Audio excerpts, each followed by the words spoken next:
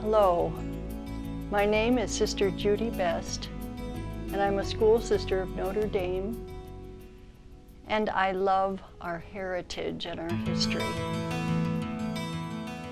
and really learning so much about the story of the School Sisters of Notre Dame.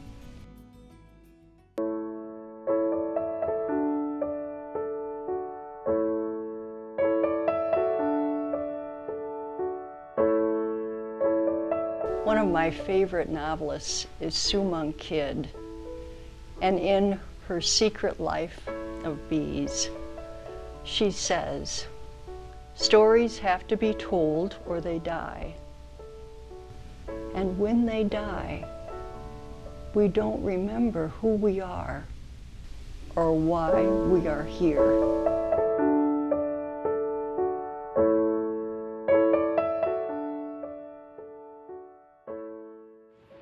Der 6.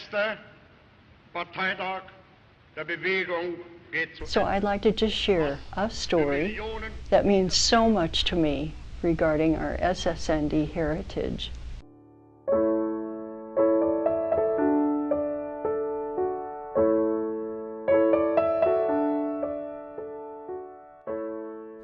At the end of World War II, our sisters in Germany were so aware of both the destruction and the heartache that they shared with the world.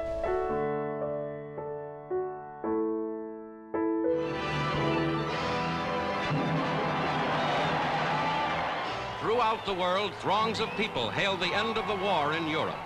It is 5 years and more since Hitler marched into Poland. Years full of suffering and death and sacrifice. Now the war against Germany is won.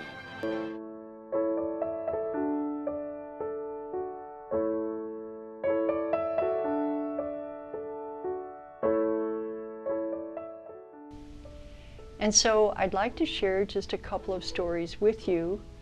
And as I do that, I want to say a special thank you to the archivists throughout the world. Our Notre Dame archivists have given us such a treasure, and I am so grateful to them. And in fact, I learned this story from our archivist in Germany, that during World War II, because some of our sisters were trained as firefighters, they had protective gear that allowed them actually to go into a fire. And so when the Mother House, Munich Mother House, was bombed by the Allies, it turned out that the archivist sent some of the sisters into the burning flames in order to retrieve some of our archives.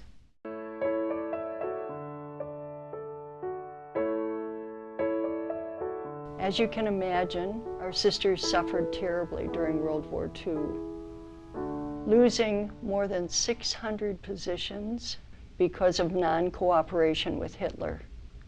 And so at the end of the war, our sisters in Germany began to wonder, especially our general council at the time, Mother Almeida and her council, whether or not they should try to reestablish the congregation, not as an international congregation, but more around national lines. They had moved from the Munich Mother House. It had been bombed by the Allies, and so they had to move to Birkenstein, a small town which was a Marian shrine that was very important to Mother Almeida and her council. And Mother Almeida, our wonderful leader at the time, suggested to her council, let's take 3 days of prayer and really ask Mary's guidance on this.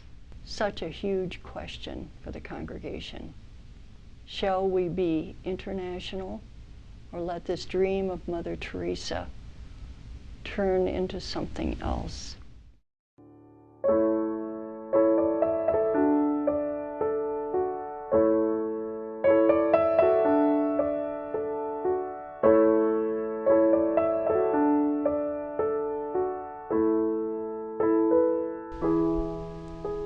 on the third day, in a letter that was written on June 15th, 1945, Mother Almeida wrote in a circular, "Our Lord's love-filled heart sent us on the feast of the most Sacred Heart of Jesus a wonderful surprise. An American officer, a Father Redemptorist, delivered to us a letter of our very venerable Mother Commissary General, Mary Fidelis, from Milwaukee." Now, if we can just imagine for a moment how difficult it must have been for this American Redemptorist priest to find Mother Almeida and her council in this very small town of Birkenstein.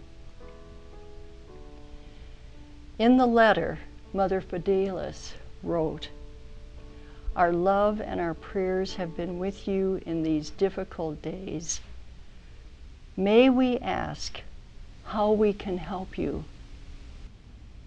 The hearts of your American daughters have been in loving concern with you and all our sisters in the Europe torn by war. No sacrifice will be too big for us. If only we can help you." One of our sisters remembers that Mother Almeida also orally quoted the last sentence in that letter. Quote, "Even if the whole world lets you down, we will remain faithful to you. Yours, M. Fidelis." And we know that the response of the American sisters, at the direction of Mother Almeida, was to send care packages to help our sisters survive a post-war Europe. Stories have to be told or they die.